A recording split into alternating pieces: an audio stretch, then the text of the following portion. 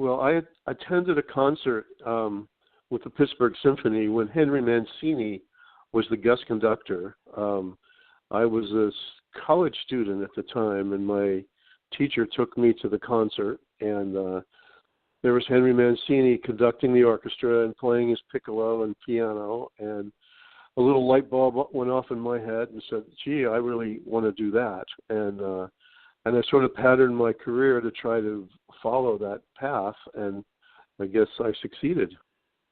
Yeah, you sure did. And did you come from a jazz background? I mean, yeah, what were your I did. I mean, I was a jazz guy before I was a film composer, and although I studied composition in college, my real love was doing jazz, and I had a jazz background. I produced lots and lots of jazz albums. I was a staff producer at Columbia Records, produced Maynard Ferguson, the theme from Rocky, and I guess when I really got close to it, I was working with Gato Barbieri, who wrote the music for Last Tango in Paris. And Gato approached me and said, Jay, I did about 3 albums for him as arranger and producer, and he said, I've been asked to write this score for a film, and I've never really scored a film. When he did Bertolucci's Last Tango, he just wrote thematic music, and Bertolucci cut the film to his music. And so when Gato was asked to do this film, he said he accepted the job, but realized it wasn't exactly what he had in mind. And so he asked me, and of course I had never done it either, but I said, yeah, I can do that. And next thing you know, I'm scoring, using Gato's themes, I'm scoring a Sophia Loren movie for Michael Winner and recording in London with the London Philharmonic and with Gato playing the saxophone. So wow. That was sort of my big opening day. You know, we recorded at Wembley Studios in London, and the big screen opens, and there's Sophia Loren on the screen, and there's the London Philharmonic, and I'm conducting the music. But I was given credit as orchestrator, but I basically wrote a lot of it, and Gato's themes, of course. But it was a thrill, and it took me quite a while to get an orchestra that size to do a film score again. But I got the fever really bad, so it was very contagious. Well, in that film, if memory serves, that film was 79, around there in that area. So your first kind of breakout in film scoring happened not too long after that with Maniac. Correct. I had actually talked to the Maniac guys. I was still a staff producer at Columbia Records, and Andy Garoni, who was one of the producers of Maniac, came to me and wanted to know if there were any of my artists that might be interested in scoring their film. And I said, well, I might be interested in it. And so he took me to meet Bill, and these guys were so young and enthusiastic, and it was really incredible, the energy that they were showing. And so when I saw their film, I was not into horror films at all. It was like, well, that's pretty graphic. I don't know if I could do that, but their energy was so crazy, and they said, yeah, sure, I think I can do this. And so that was a real part of my education, because Bill was a complete fan of Ennio Morricone, and so I would go to Bill's apartment, and we'd spend hours and hours watching a lot of these spaghetti westerns and movies that Morricone scored that were very sparse but extremely effective. And Bill said, well, see how this music works, and this is what I want to have in my movie. And of course they could never afford like what Morricone was doing then, but they had a limited budget, and he said, just go write this music. And so I did, and Maniac became this sort of cult favorite that I think now there are like 7 or 8 different reissues of the score, and I mean it was kind of crazy. The movie was very widely panned and widely accepted at the same time, but the music was not necessarily amazingly violent. I mean, I sort of took a tack that, hey, here's this guy who's, been locked in a closet and had cigarettes put out on his body, and so sort of took a pathos type, emotional sort of straits to the music, and it really worked. And of course we had the typical violent, scare, throw the popcorn in the air music, but it was the emotional music which caught people's ear, and it was quite effective. Bill liked it a lot, and we went on to do a lot of movies together afterwards. When you talk about your apprehension about doing a graphic horror film, or your lack of, you weren't an aficionado of the genre necessarily, I think that helped that score in a way, because it feels like such an outside of the box approach to scoring right. a movie like that. And yeah. This is another thing that you are a musician, you come from a deep musical background, but film composition calls upon something unique with musicians, I think, in that you are an assistant storyteller alongside the director. So your job right. is to interpret character and themes of a film and that sort of thing. Did you automatically kind of have a feel for that when you got started on this, or was it a process for you? Well, I sort of had this knack, and I don't know where it came from to understand it, but when I see a rough cut of a film or a TV show that I'm working on, I sort of hear the music and in its entirety, which is good and bad at the same time, because it's good in that it gives you some idea of what to do musically, but it's bad in that if you hear it all at once, how do you write it down and remember it all? So it was, in that case, this is way before we had like even videotapes. So the only way for me to watch this film was to go to the editing room and watch it like on a upright moviola with all the clickety-clack going on, and then I would go home and I would just take notes and just write to the notes. I didn't have a visual image other than what I saw, and then what I could sort of imagine in my mind as to how it would all work together.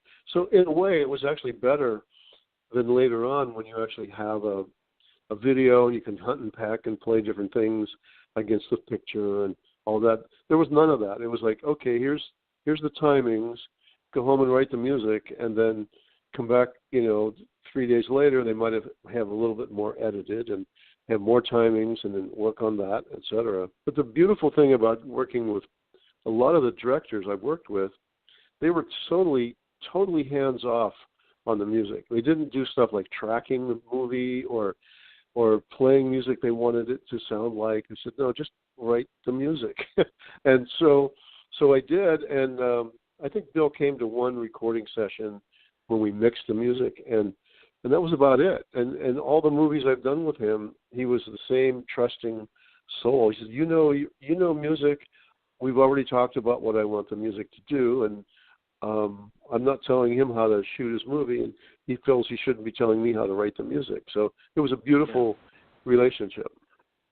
Have you, that freedom is essential, I think, but have you been in a situation where there have been too many fingers in the pie? There's been like a filmmaking by committee almost, and everybody has a say in what you create? Yeah. It sort of progressed to that point where I think once film music became more, more self-produced, more non-orchestral, the directors and producers would actually want to move in. They say, "I want to move into your studio and help," which is like, that sort of like makes the process go a lot longer and a lot less productive, because then every minutia of the composition is sort of controlled by people discussing, well, what do you think? Should that be a French horn or whatever? It was just very, very weird.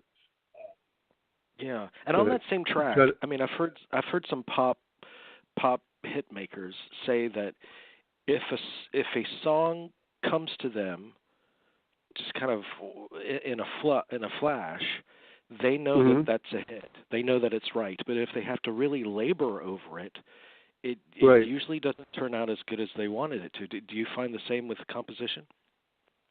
Pretty much exactly like that.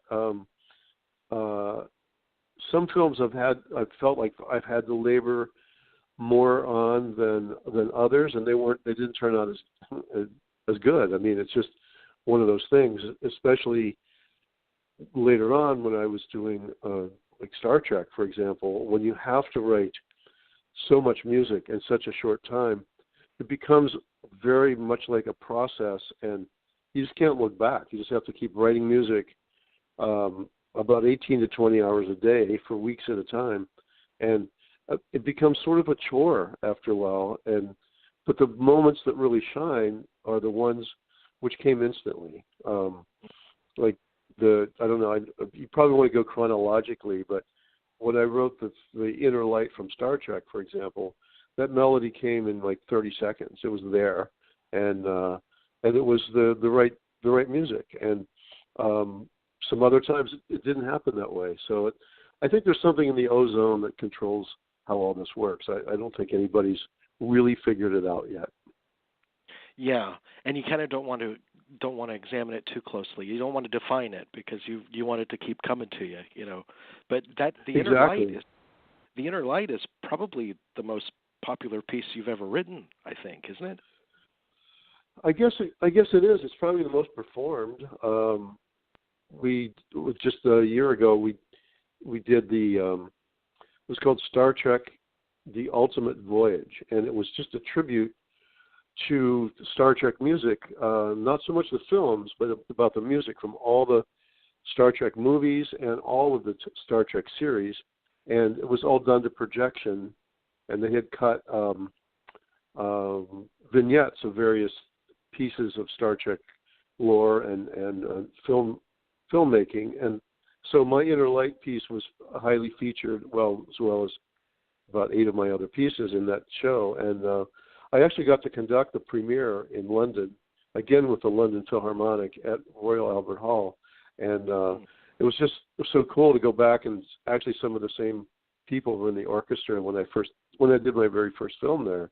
And it has, it's been used for a lot of different things, weddings, funerals, graduations, you name it. It sort of fits the bill in a lot of places. But it was a very poignant piece and very remarkably different use of music in Star Trek. So I think that attributed a lot to its popularity. Is the instrument, is that a penny whistle?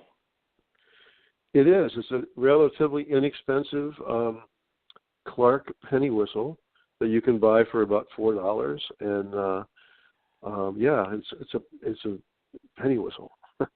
Yeah. Speaking of Morricone, I mean, he incorporated the penny whistle in some of his great themes. Yeah, and he did. And what's really interesting is that I look back at a lot of stuff that I've done, and for some reason that instrument or an instrument very much like that, if you recall in Maniac, the principal melodic instrument was a wooden recorder, a flute-like instrument that played the theme for the Maniac walking around looking in the windows and stuff like that. And another film that I did much later than that, Stephen King's Silver Bullet, I also used a recorder for the principal melody.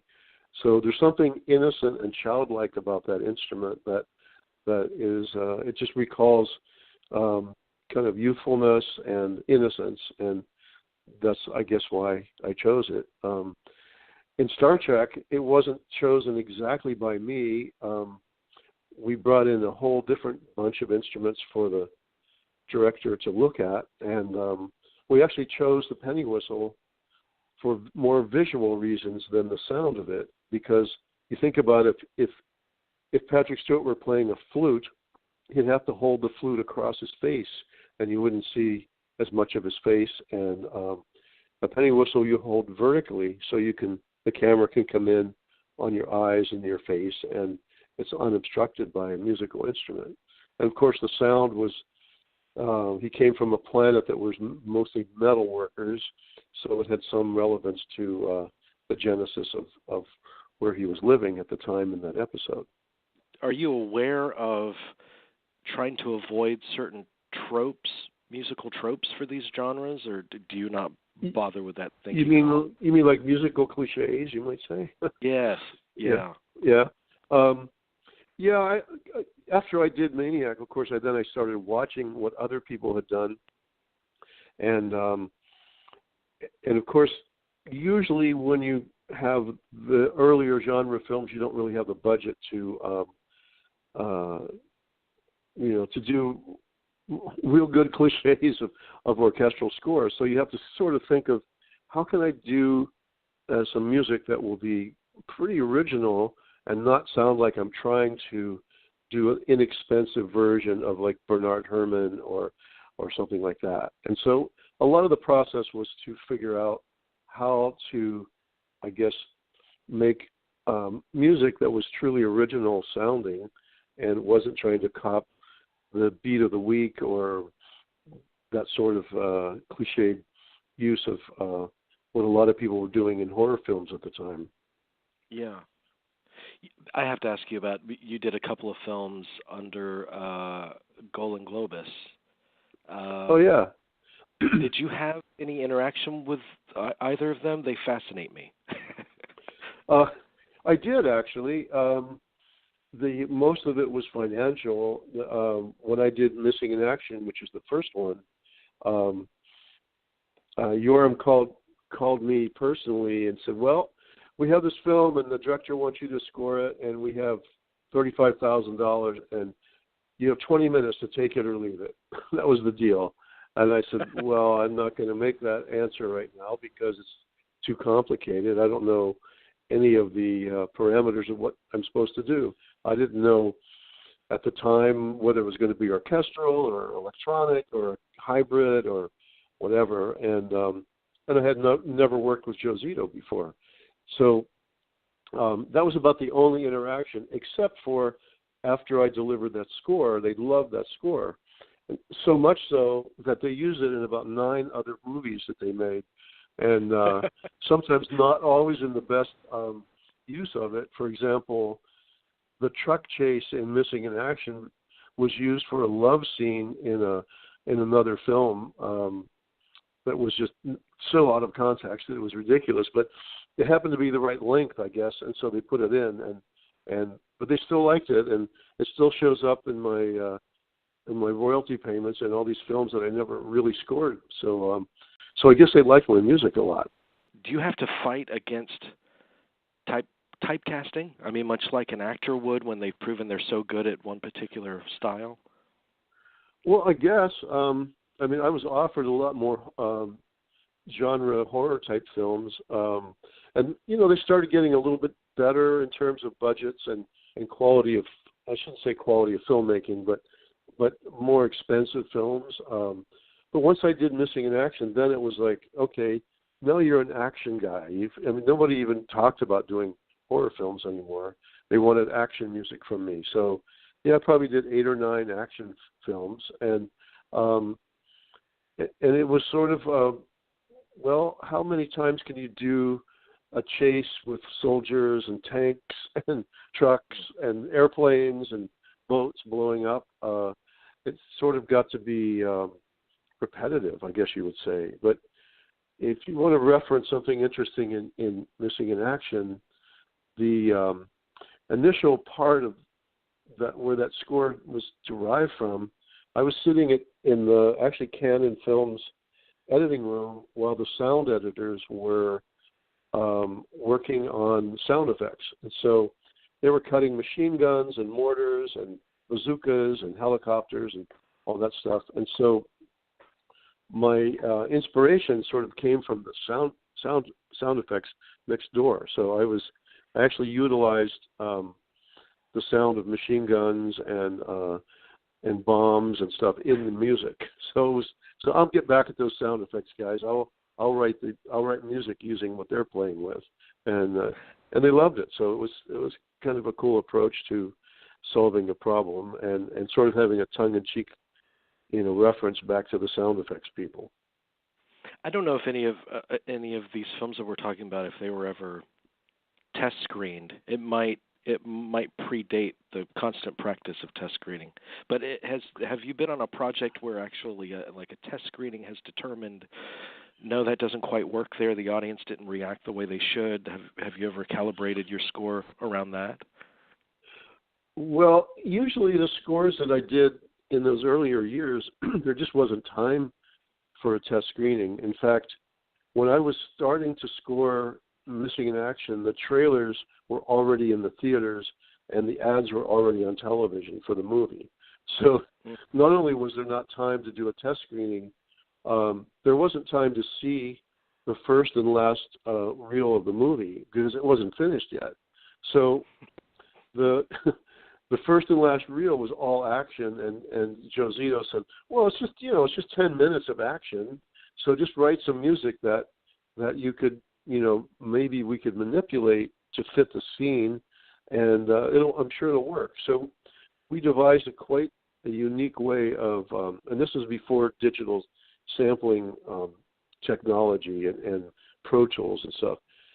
So I recorded the genesis of the orchestra, the rhythmic parts, playing this sort of a montuno repetitive rhythm in sort of a 5/8 or 7/8 meter that could sound syncopated enough that you could put anything over it and it wouldn't sound wrong. And then we recorded separately a bunch of like bravado type heroic music and then some very demonic bad guy music, if you want to call it.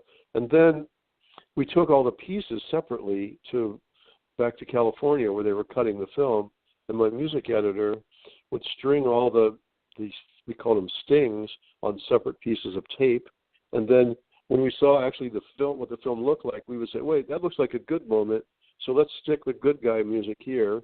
Oh, there's a bad guy, so let's put some bad guy music, play over this big, long 10-minute loop of orchestral montuno. And it came out being the most disjunct piece of music, but yet it still sounded pretty fresh and innovative, and so they loved it. So it was a very successful approach to scoring something we never saw. I guess it wasn't really a test screening, it was more of an industry screening. When I did Silver Bullet for Dino De Laurentiis, I had never met Dino until the screening, and so he asked me to sit next to him as though we were spotting the movie for the first time to figure out where the music's going to go. But by this time the music is finished, the picture is mixed, and we're sitting there, and Dino's giving me his critiques as the film is playing. Most importantly, I used this sort of a bell theme, sort of a haunted bell effect, and Dino says in his sort of Italian-esque voice, he says, "Jay, the bells are not for this. The bells are for weddings. So this is about death and destruction. You can't have these bells." So I had to go back into the score and take out all the bells, and so I guess that was sort of a test screening moment. But interesting enough, in that film, in addition to being an industry screening, this was done for Paramount, which had just had a big run with from very scary, gory movies, and Silver Bullet wasn't intended to be. It would be the equivalent of like a PG-13, but they really wanted to get an R rating, thinking that was going to get, more gory people to come to the film. And so they went in and shot a bunch of pickup shots where they would show a werewolf clawing somebody's face, and so they cut all that into the film as well. So a lot of it wasn't totally rescored, but a lot of the action things had to be reconfigured, and some limited rescoring, basically on the merits of I guess you could call it a test screening. Joe Zito was probably the most prolific music spotter, I guess you could call it, and he would speak in tomes about, well, you see this scene, well, I failed in getting the emotion in this scene, so you have to put more emotion in here, and this character doesn't relate to this one, so you can do that with the music, and so many things they request the music to do, which was basically impossible to do everything, but his instructions were so complicated that, and so also complicated, but also very to the point where he'd say, well, he admitted his own failures in the film and said relied on the music to fix it. So the music was done independent of him coming and listening, but once we got into the editing room, he loved to move things around a lot. So what you would see normally scored for a title sequence, he would say, let's move that a little bit and see what you think. And he loved to manipulate music after it was finished. So his way of spotting the film was to sort of spot it after it was written. It was kind of a unique approach. Is it sometimes challenging to determine, I mean, we've been talking about spotting and where you place music, but where not to have music? Yes, and I think you'll probably find that the least, let's see, I can say this correctly, the least quality of cinematic, quality of a film, the more music that's required to be in it. Because I think there's a lot of directors and producers who feel like, well, we have to have wall-to-wall music because the film has some shortcomings. So I think the most effective use of music in a film is when it's not in the film. In other words, when there's silence, and then the music makes a statement that can change an audience opinion, or maybe scare somebody, or make something very emotional. But when it becomes start to finish, there's no respite and there's no breath allowed for one to think about, well, that music was really nice, but why is it still going on? Like, it's like wall to wall. It just covers up everything. Mm. Well, you've had such an extraordinary career that it has lasted as long as it has, and that you are still as relevant as you were the day you started. And I mean, this latter part of your career, I would imagine Star Trek has a large role in securing that longevity. Have you noticed kind of your fan base change since Star Trek came into your life? Well, of course, because Star Trek was already a hit when I got involved with it, and I didn't really want to be a TV guy.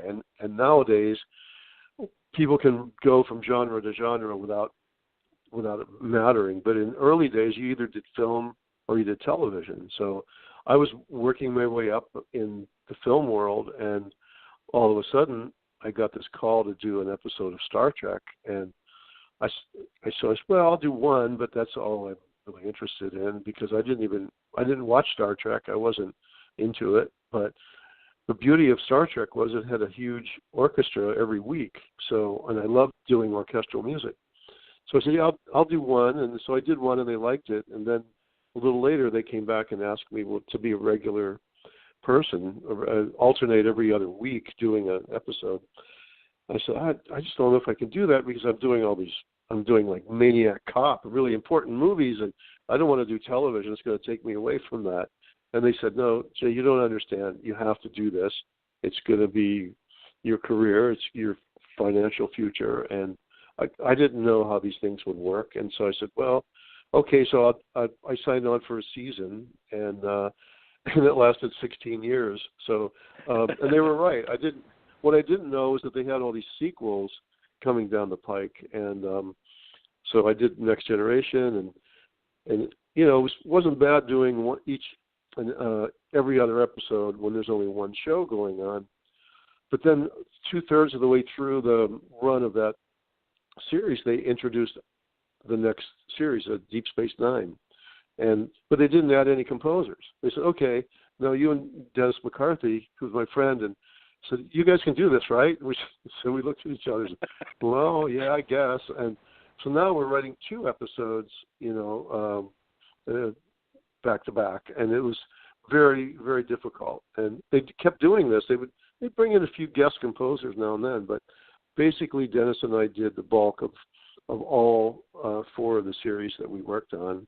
And so it pays off in the long run, but the fan base, you can imagine, I mean, I did my first episode of Next Generation, and then instantly you get feedback from your fans. I mean, there's message boards, and people are writing in and saying, like, oh, that score was really unique. Who was that? And blah, blah, blah. And then every week after that, you could watch, as the show is being aired, there's 2.5 million people that are writing comments as each cue goes by. I mean, it's pretty unbelievable about a fan base, and yet there's still the horror people that still think that that's what I do, and a lot of it hasn't really crossed over.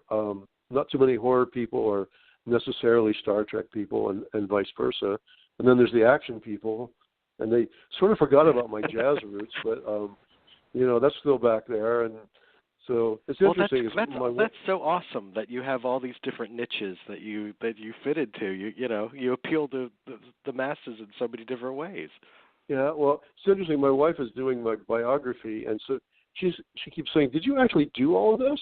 I said, "Yeah, I did, and I'm still doing it.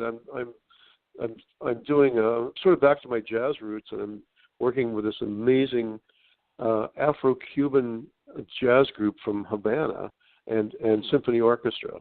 So we're doing a whole album and doing a tour, hopefully both East and West Coast here, but we're going to Havana in November with this group and with the orchestra in Cuba to work with them. Wow. And it's fascinating, and the music is very cool, and they're amazing musicians, and it's an orchestra. So when is that coming about, the album and the tour? Well, it's been in progress. We did a couple concerts in L.A. and San Diego last fall, and we're trying to put a tour together on the East and West Coast for 2020. So, but the culmination will be in Havana this coming November. So I still got to write about 4 more charts for them and rehearse with them, and they're very cool musicians, and who knows where it'll go. I mean, it's very unique music, and it's just a breath of fresh air compared to what's been happening, like jazz-wise. It's definitely not smooth jazz, let's put it that way. Yeah, no, I can't wait to hear that. I just had 3 other quick questions for you. Okay. A few years ago, I spoke to Jan Hammer, and he was talking about his experiences composing Miami Vice, which, if any show used a lot of music, it's that one. And he said that working in TV, I mean, the demand for more music was just constant, and he didn't have a chance to second guess himself in a way while he assembled that music, and that might have helped create some iconic work, like we were talking about before. When it comes to you, it tends to be more memorable. But tell me about the demands, like the amount of music you're asked to do when you work on TV. Well, it's an amount that doesn't sound like it's all that much to do 20 minutes of music, but we're talking 20 minutes of music for orchestra in a week. That's not like sitting down at a piano keyboard and doing a sketch and handing it off to like 3 other guys. This is like myself just writing, and in those days, writing by hand on paper, the scores, and then I literally had to stay up at least all night, one night a week, just to get finished. So there was no turning back. You didn't like write page 1 and then page 2 and then start thinking, let me go back to page 1 and see what I did. No. You have to keep going left to right. And Dennis McCarthy would tell me, he says, just don't look back. He said, just go left to right, and then you get the next piece out. You go left to right. I had my own little incentive plan, and if you looked at some of my sketches, I would write on the paper, let's say if it was a 4-minute piece, I'd say, okay, at 8 o'clock in the morning, I'm going to start, and by 10 o'clock, I'm going to be here, and by noon, I'm going to be over here, and by 2 o'clock, I'm going to be finished. So yeah, I would reward myself if I actually made those deadlines hourly. I'd go out for a walk. That was my big treat. But if I didn't get there, I had to keep working. And the real scary part is if you caught a cold or didn't feel good, the 3 or 4 minutes a day that you have to do, the next day you have to do twice that much, or else you just don't not show up with the music. I mean, it doesn't look good at all. You have 50 or 60 musicians and nothing for them to play. It's you don't come back. I mean, that's sort of how that works. So, but it was brutal. It was very, very brutal, and it took its toll. I mean, it was very hard being with my family.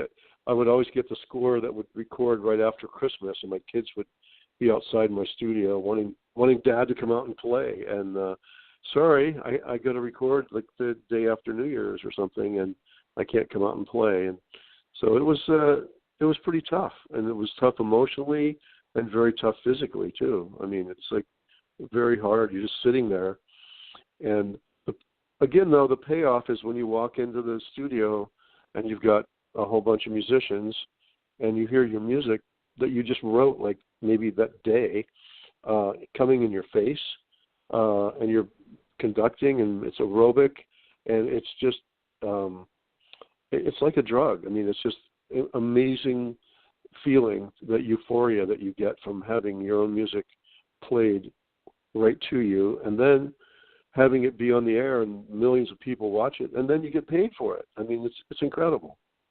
Yeah, you've composed so many great themes. I mean, like I said, I have so many of your titles in my personal collection, and I love the thematic elements of the scores that you do. And I've noticed that in the past few years or the past decade or so, film scoring in general has veered away from those themes, and it's more kind of an extension of sound effects. It almost sounds like. Yeah. I think a good reason for that, and you notice that so many films now, especially bigger films, they have to be tracked musically before they're presented to even the executives from the film company.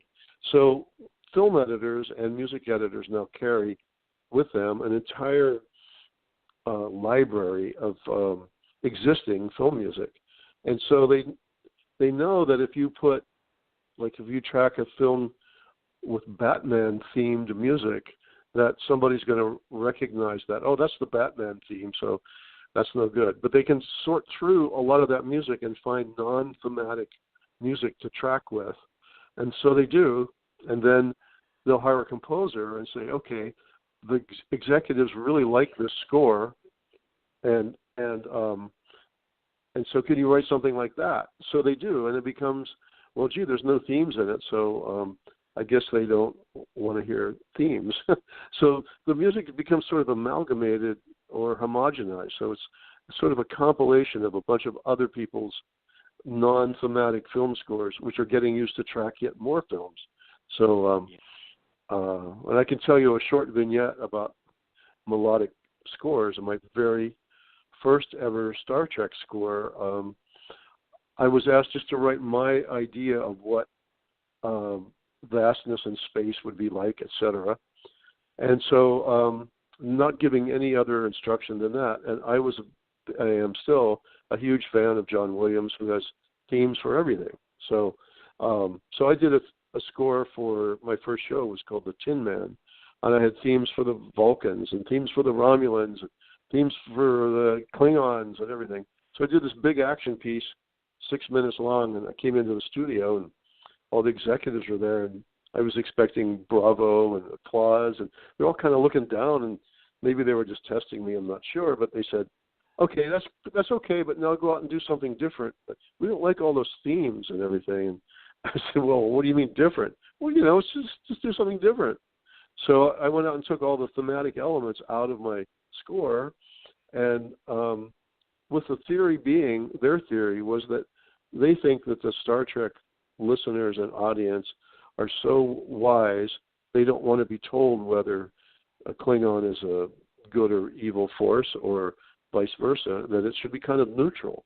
So the score started to develop into a non-thematic template based on the producer's wishes and what they thought the audience would really like. But once I was then able to do a very thematic score, such as The Inner Light or some of the more thematic ones, the fans really reacted to that. So I'm not really sure if the fans were really driving the bus or whether the producers were just afraid to have music make such a bold statement. Yeah. I heard one composer say that it is kind of like a studio decision. Like they don't like to rely on themes anymore because they feel like it's outdated somehow. Well, it's outdated, yeah, and it gives the composer a shot at sort of maybe changing the vibe of the film. If it's like maybe they don't want people coming away humming the theme. It's like just do the music and don't let it get in the way. And can you imagine somebody saying that to Henry Mancini or somebody like, don't write anything pretty here, or don't write any songs, or right. Yeah, it's unthinkable to me. I guess I'm in a different generation like you. But my last question that I always ask our composers that we have on the show, if you were to teach a class on film scoring, what are 2 or 3 scores just from the history of film scoring that you would use as an example to teach various lessons? Well, I actually do teach film scoring. I'm what's called the Distinguished Composer in Residence at West Virginia University, and I teach 2 weeks a year there every year. And I've also been artist in residence at Berkeley College in Boston, and so I do have my favorite scores that I will play, and the most favorite of mine is Ennio Morricone, The Mission. And